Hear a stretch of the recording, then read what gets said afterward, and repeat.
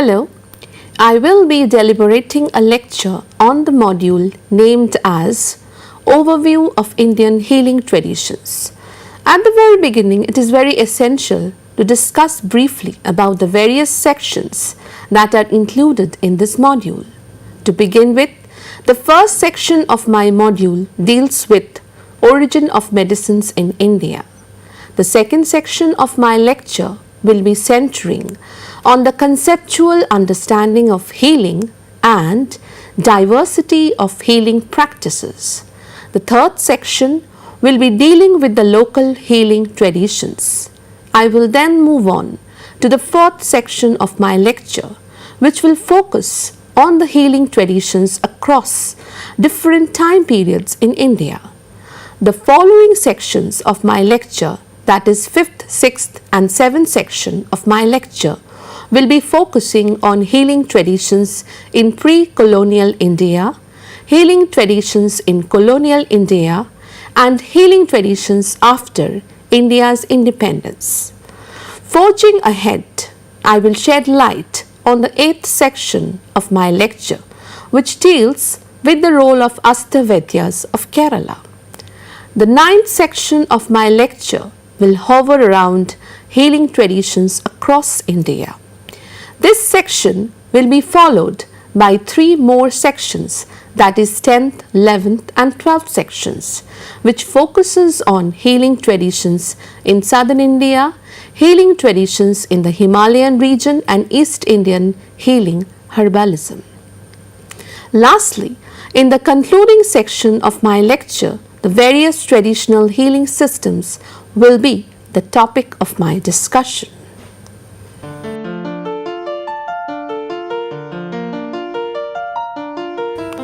Now, medicine is the science and art of healing. It encompasses a variety of healthcare practices evolved to maintain and restore health by the prevention and treatment of illness.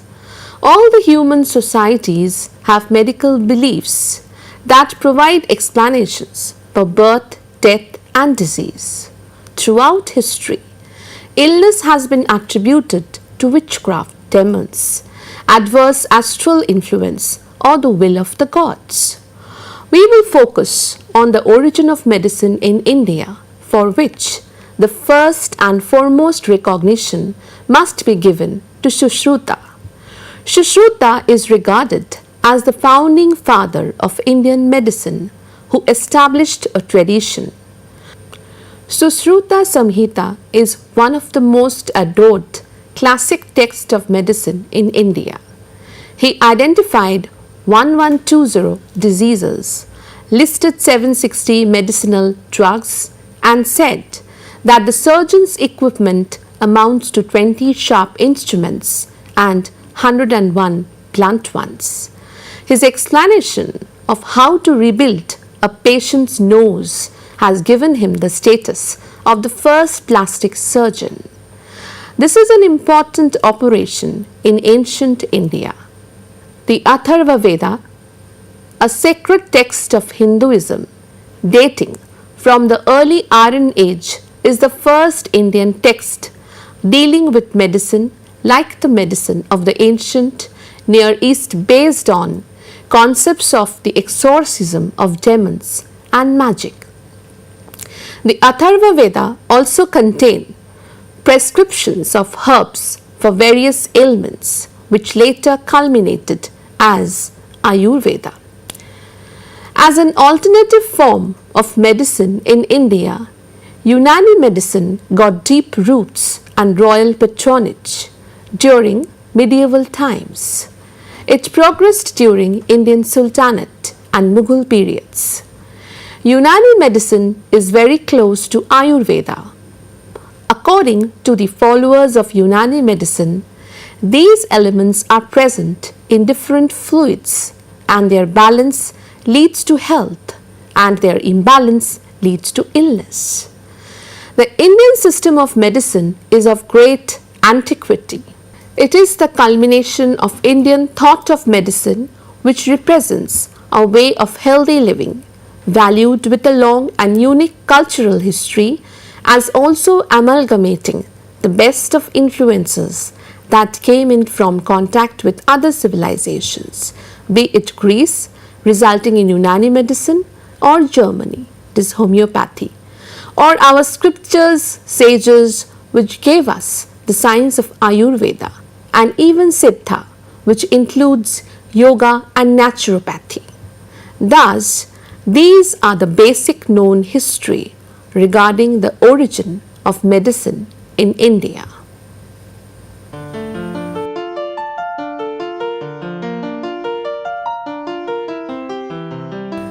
Healing involves a basic logic of transformation from sickness to wellness that is enacted through culturally salient metaphorical actions. Healing is an intensely personal, subjective experience involving a reconciliation of the meaning an individual ascribes to distressing events with his or her perception of wholeness as a person. If we deeply delve into the matter, then we can see that healing is a spiritual course of action that attends to the comprehensiveness of an individual. There are various types of healing practices. Each mode of healing differs from the other according to the type of cultural system present in the society. Common healing practices include the use of medicines that are drunk, smoked, injected, or otherwise taken into the body. Methods of getting things out of the body by emetics, cathartics, purgatives, bloodletting, or surgery. Manipulations of the body through touch and gestures or with specific materials. Diagnostic or divinatory practices that establish the nature of the affliction in terms of its causes, consequences, or some other classificatory scheme, and the use of rituals and ceremonies incorporating words, music, customs, and other theatrical devices that may involve the afflicted individual or the healer alone. Interaction between patient and healer, or the participation of a whole group or community. Healing practices often involve physical interventions, that is, the use of pharmacological active substances in herbal medicines, physical manipulations in acupuncture, massage, that may have unintended effects or interactions with other treatments. It can be seen from the following chart that there are different modes of healing practices which leads to the well-being of the individual at large. These modes of healing practices restore not only the health of the individuals but also their social bond.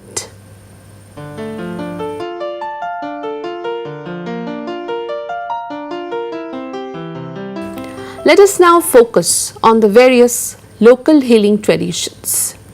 In India, those who fall ill can choose between Western medicine and a vast array of indigenous healing methods.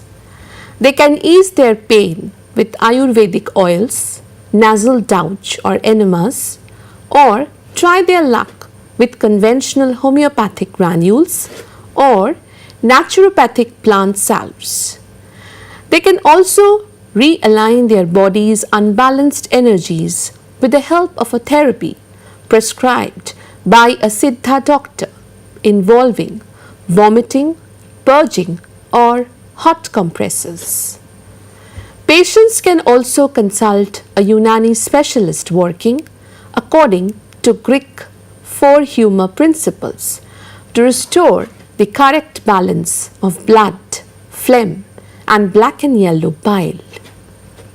Anthropologist Bibha Joshi has carried out research into the flexibility with which many Indians combine elements from different religions with modern and traditional medicine to treat illnesses based on her study of the Angami in northeast India. According to local custom, they mix Christian animistic, and other religious elements when treating illness.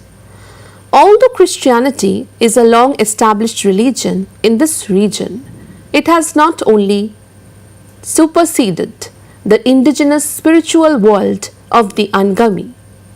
Even today, they still have mediums and shamans who are reputedly able to make contact with the ancient guardian spirits.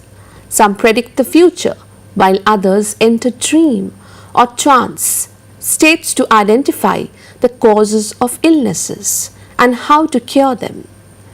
In addition to these codified systems, there are over 1 million community-based traditional health workers, including 60,000 village bone setters, 60,000 herbal medicine practitioners, excluding spiritual healers, specializing in jaundice, paralytic conditions, children's diseases, eye diseases, poison healing, dentistry, etc., and around 7 lakh midwives in India. These are India's traditional barefoot doctors or Nattu Vaidyas. They assist in around 80,000 of all rural deliveries, treat over 40% of broken bones, and 50% of snake, scorpion, and dog bites. Sophisticated therapeutic techniques include marmam treatment of vital points, Agni, and Shara Karma, that is cauterization, Shodhana Karma, that is purificatory techniques, and Rashayana, that is rejuvenative therapy, techniques used in the management of dislocated joints as well as surgical management of a number of conditions. They also treat health problems in domestic animals. Indigenous tribes can play a vital role in the creation of new drugs. The knowledge of medicinal plants these tribes possess is the starting point for modern medicine.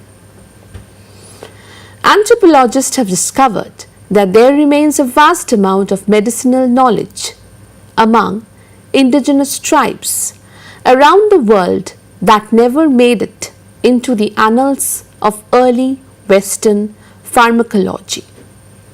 As a result, a specialization of anthropology called ethnobotany developed. This is a hybridization of cultural anthropology and plant biology, which leads practitioners deep into jungles and plains to uncover traditional medical knowledge in a process called natural products discovery. Thus, traditional healers came up with a varied array of knowledge in order to heal their followers from the pathology they suffered from. The other types of traditional healing systems will be our point of discussion in the following sections.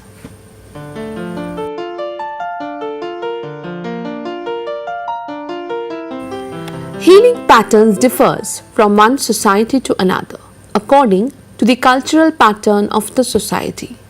In the same way, we can divide India into 3 different time periods and note that the healing patterns do differ from each other.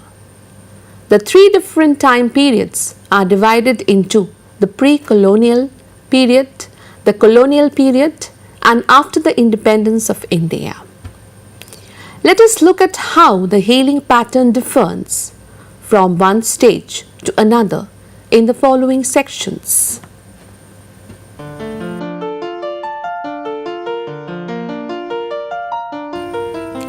From time immemorial, India was the source of plant medicines, and Indian medical knowledge was of interest to European and Asian cultures.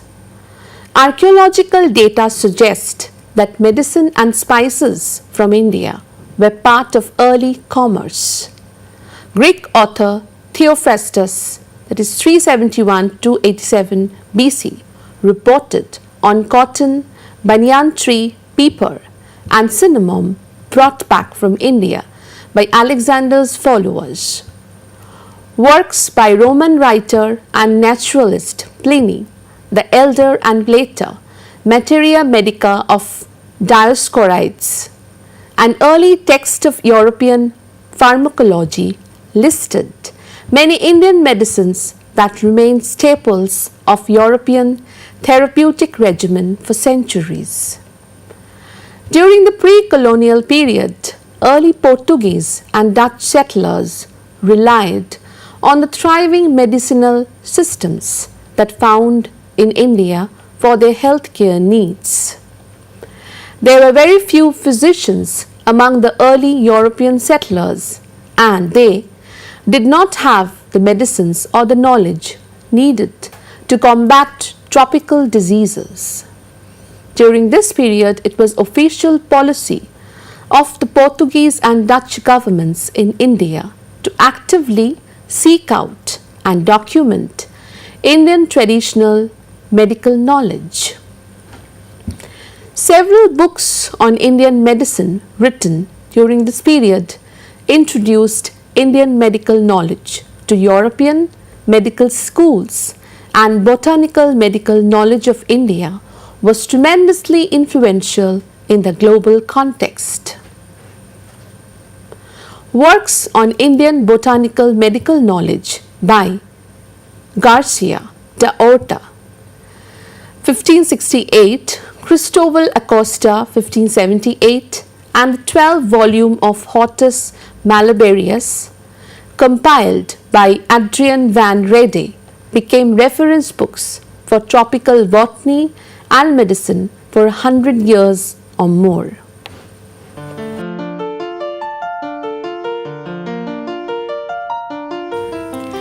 India was colonized by the British with the help of their diplomatic policy. They ruled India for more than 150 years. As we can see from the map of British India, that how the British made the states of India their colonies one after the other and established their rule. During the early days of the British East India Company, Indian medical knowledge and native physicians were important resources for the colonial establishment.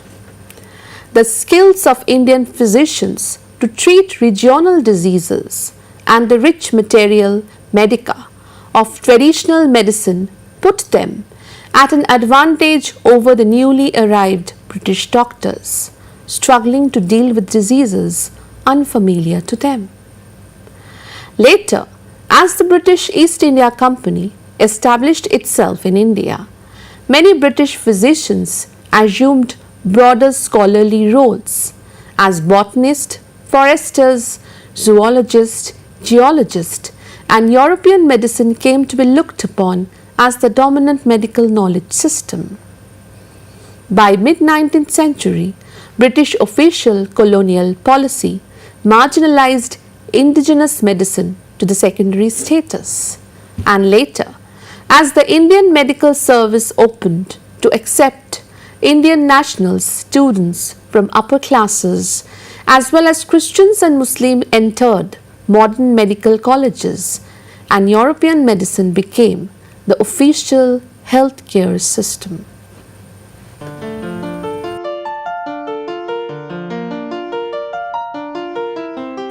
India became independent in the year 1947 on 15th August.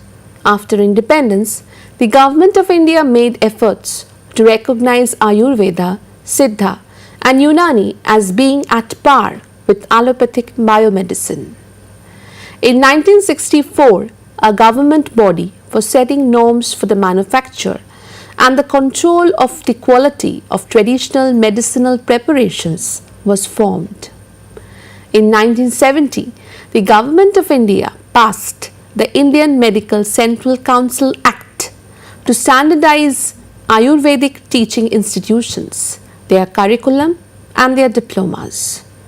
More recently, the government created the Department of Ayush, that is Department of Ayurveda, Yoga and Naturopathy, Unani Siddha and Homeopathy, to support research and development of traditional medicine, and to set standards and regulate the activities related to practice.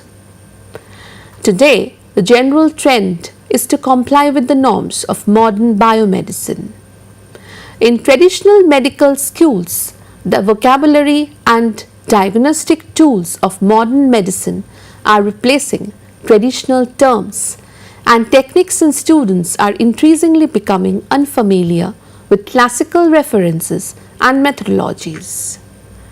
In the last few decades, there has been growing interest in alternative forms of therapy globally. In addition, attempts by devotees of New Age culture to ascribe new layers of medicine to the concepts of Ayurveda have propagated a simplified and modified version of Ayurvedic culture and practice. While this has stimulated the development of tourism for well-being, leisure, Ayurveda in India, with spas and hotels offering different kinds of simplified treatments for many in India and abroad, these commercialized variants have come to represent Ayurveda. There are attempts by biomedical and Ayurveda researchers to correlate Ayurvedic understanding of the nature of disease with modern biomedical concepts. The materia medica of Ayurveda has attracted the attention of researchers and commercial concerns in India and abroad interested in identifying active molecules and manufacturing commercial versions of traditional formulations. These novel demands, along with renewed popularity of traditional medicinal practices within India itself, have created conflicting conditions for traditional medicine in general and for Ayurveda in particular.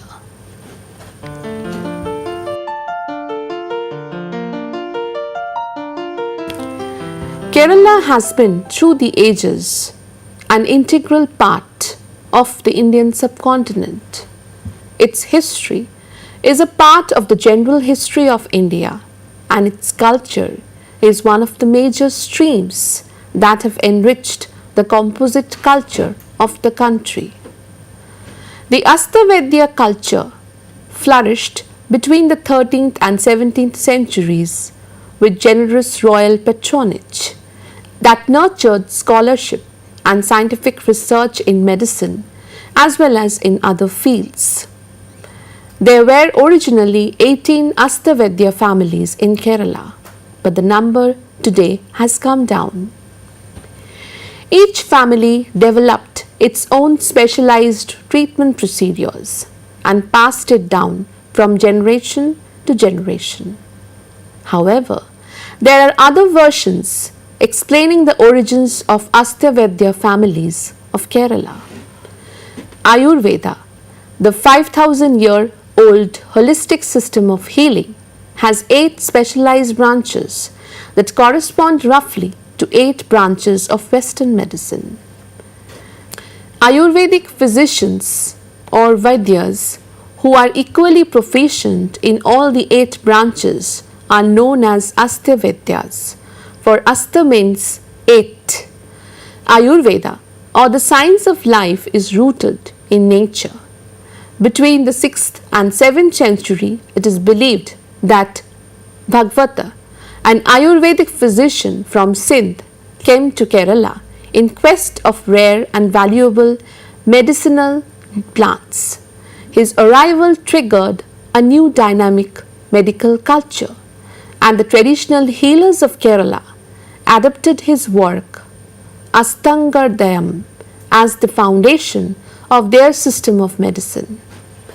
They continued to draw on regional folk and medical practices too, and with their deep knowledge of the 8 branches of Ayurveda as described in Astangardayam, these healers became the Astavedyans of Kerala. The hereditary Astavedya Ayurveda physicians of Kerala are among the small group of traditional medical practitioners who have endeavored to retain the scholarly study and practices of their ancestors.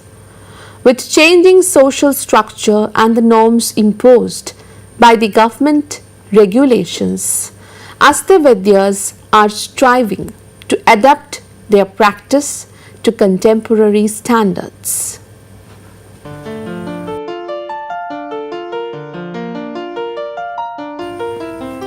India is a land of culture. It gives shelter to nearly all the religions of the world. There are numerous tribes who are present in India since time unknown. Due to all these factors, India has a deep-rooted tradition centering on the healing practices. People in the present century too goes in for healing practices when they find no other ways to heal themselves. The healing traditions in India are thus divided into three main parts in the following sections.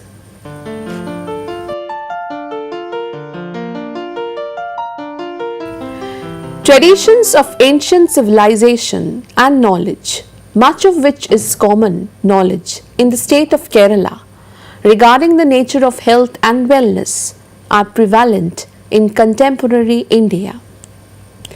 We can learn from these traditions on a variety of labels to address a number of contemporary needs in health and wellness for both people and planet.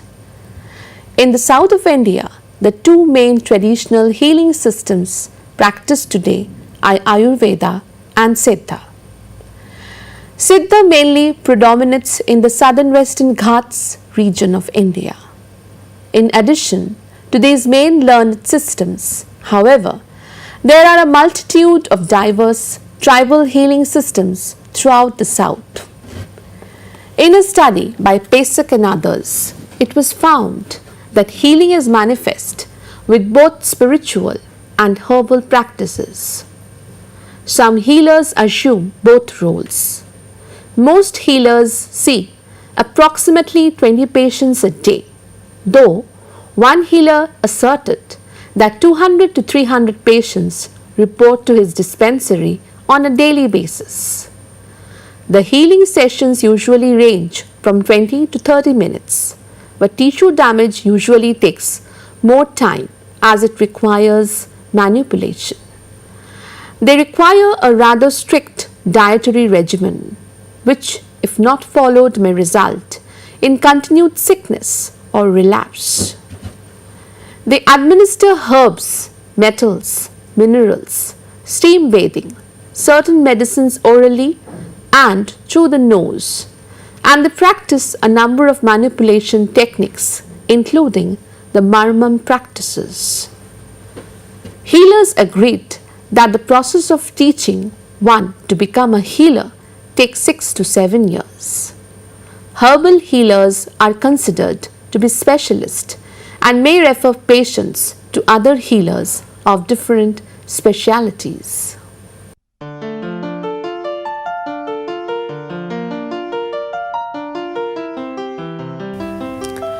Healing traditions in the Himalayan region.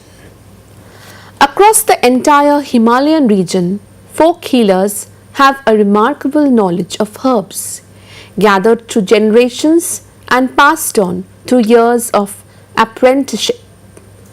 The traditional healers in the region have been developing the healthcare traditions through constant experimentation and years of experience, which is rooted in understanding and realistic considerations. Traditional wisdom of Himalayan communities is passed through proverbs, folklores, legends, customs, and myths.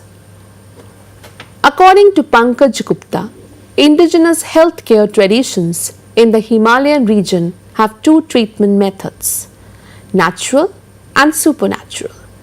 The natural method is indicative, whereas the supernatural stream is etiological. The symptomatic way involves identification of disease by examining the symptoms, followed by management using natural medicine. The supernatural methods allocate precise causes to disease. However, the cause or etiology is considered different from modern medicine. According to the folk beliefs, the cause could be anything like wrath of deity, evil spirits, or sorcery, black eye, violation of taboos, and so on. In the central Himalayan region, a magical therapy called Jagar is practiced against diseases. According to people, this is the greatest cure for many non-curable diseases, especially the psychiatric disorders. Jagar is generally organized at night and takes 1 night or 21 nights, depending upon the severity of the wrath of the local god. Himalayan people consider that diseases are caused by discontentment of local deities, and hence they treat them accordingly. For treating such diseases, priests or mystic healers play a significant role. The mystic healers explain to people the cause of disease and provide remedial advice. If the cause is any spell of an evil spirit, the healer treats the patient with the help of hymns and supposedly drives away the spirit. Such magico-religious ceremonies can be seen in any Himalayan village, even among the educated classes. Thaudam, a traditional Himalayan therapy, is practiced in the rural Himalayan region for liver troubles, stomach troubles, as well as backache. Thus, the sustenance of indigenous system of medicine depends on the accessibility of resources and is practiced among all Himalayan communities for curing various types of health disorders.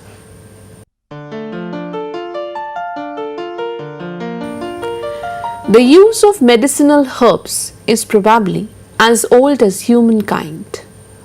When humans first appeared on this earth, the planet was already covered by an infinite variety of plant life.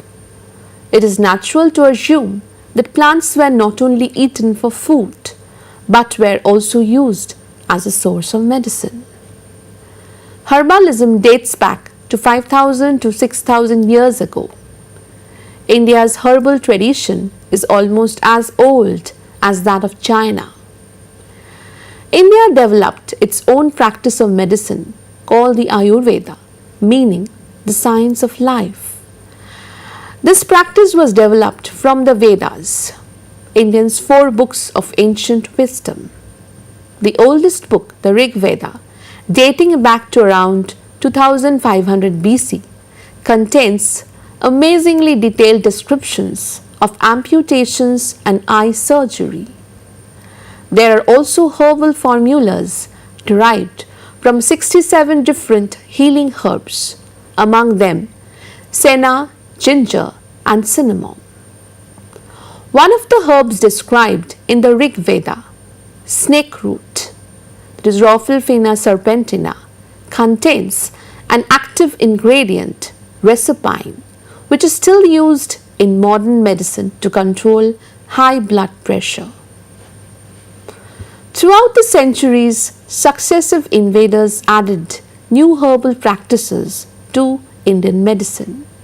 Major influences came from the Persians in 500 BC and from the Mongols in the 14th century. The latter carried with them the medical knowledge of Galen and Avicenna, which became known as Unani. In the 19th century, the British brought Western medicine to India with a vengeance, closing all Ayurvedic schools in 1833. Luckily, the ancient knowledge survived. Today, an estimated 70% of Indians and Pakistani still consult Ayurvedic physicians and use the healing herbs prescribed by them. Ayurvedic medicine emphasizes that good health is the responsibility of each individual. Ayurvedic medicine emphasizes holistic treatment, combining appropriate remedies for the body, mind, and spirit. This can include diet, herbs, light, fresh air, physical exercises, sensual pleasures, and meditation. Ayurvedic medicine stresses the importance of chakras, that is, energy centers in the body. The chakras follow a straight line down the center of the body, from the crown of the head to the base of the torso. Ayurvedic practitioners link the chakras to various organs and glands. Chakras can be stimulated by using associated herbs externally or internally. East India herbalism is one of the most popular area on which numerous research on traditional healing are carried out in the present century.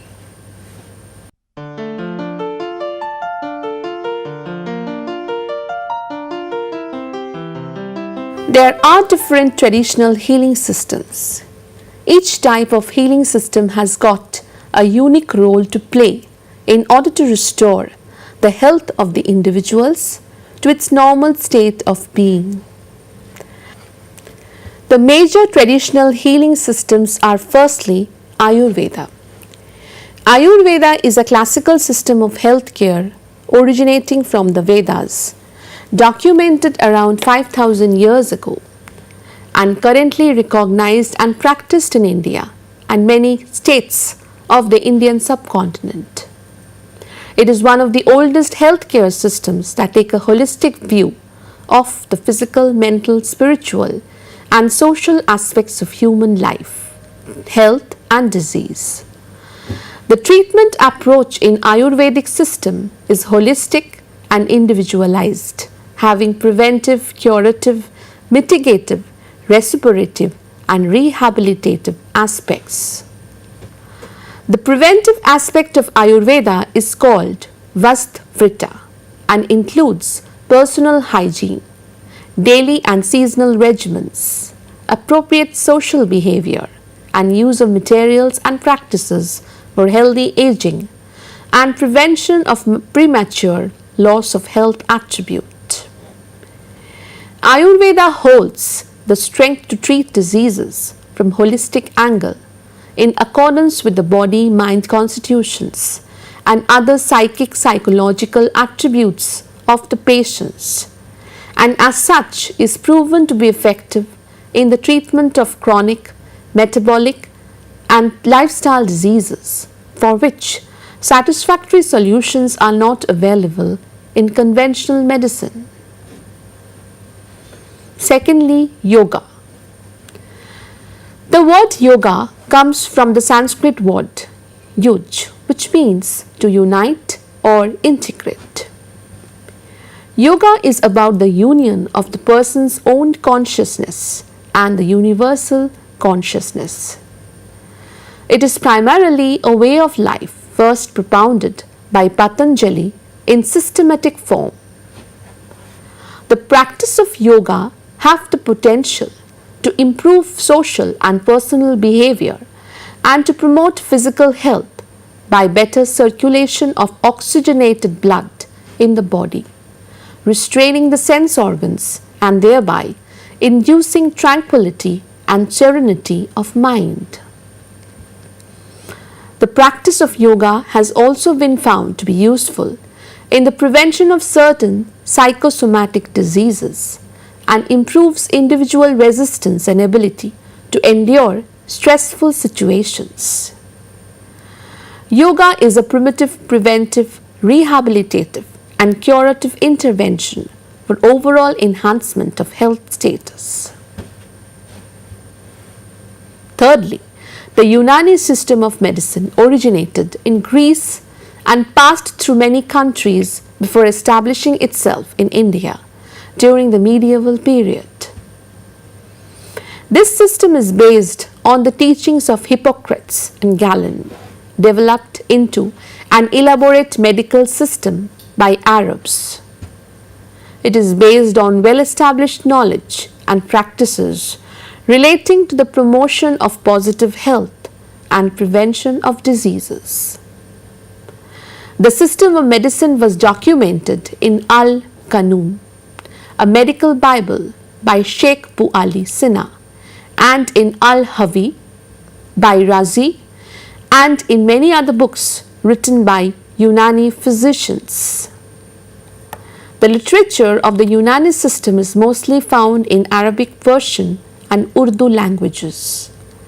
The Unani system is based on the humoral theory, that is the presence of blood, phlegm, yellow bile and black bile in a person. The temperament of a person can accordingly be sanguine, phlegmatic, choleric and melancholic depending on the presence and combination of humors. According to Unani theory, the humors and medicinal plants themselves are assigned temperaments. Any change in quantity and quality of the humors brings about a change in the status of the health of the human body. A proper balance of humors is required for the maintenance of health. Fourthly, Siddha. The Siddha system of medicine is one of the ancient systems of medicine in India, having its close bond with Dravidian culture.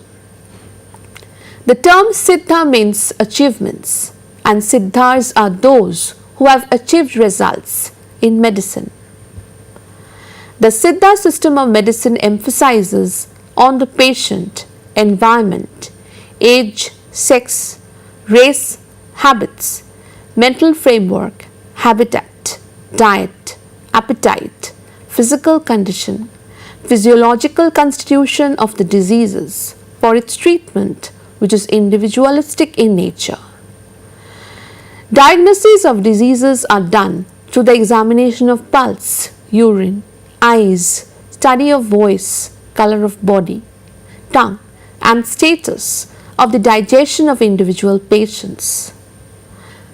The strength of the Siddha system lies in providing very effective therapy in the case of psoriasis, rheumatic disorders, chronic liver disorders, benign prostate hypertrophy, bleeding piles, peptic ulcer, including various kinds of dermatological disorders of non-psoriatic nature. During the last 4 decades, there has been continuous development in Siddha medical education, and this has led to the establishment of the National Institute of Siddha at Chennai and is thus thriving in the modern century. Fifthly, naturopathy. Naturopathy is rooted in the healing wisdom of many cultures and times based on the principle of natural healing. Naturopathy is cost-effective, drugless, non-invasive therapy involving the use of natural materials for health care and healthy living. It is based on the theories of vitality, stoichemia, self-healing capacity of the body, and the principles of healthy living. Naturopathy is a system of treatment, simple natural treatment, and also a way of life widely practiced, globally accepted, and recognized for health preservation and management of illnesses without medicine.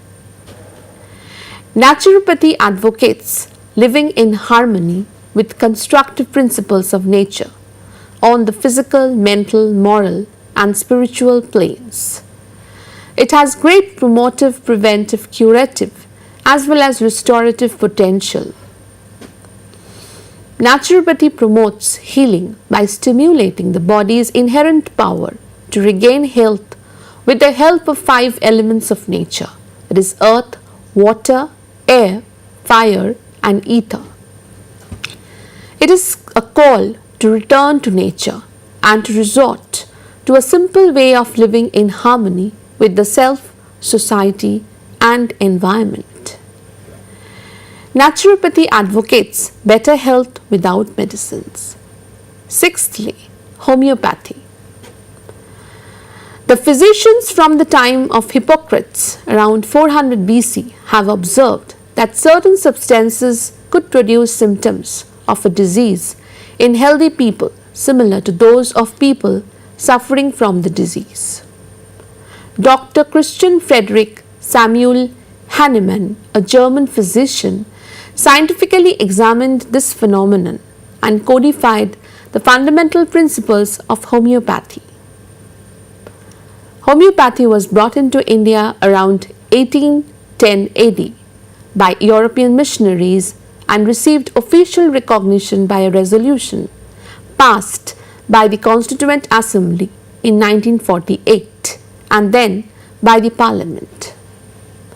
The first principle of homeopathy, similia similibus curantur, says that a medicine which could induce a set of symptoms in healthy human beings would be capable of curing a similar set of symptoms in human beings actually suffering from the disease.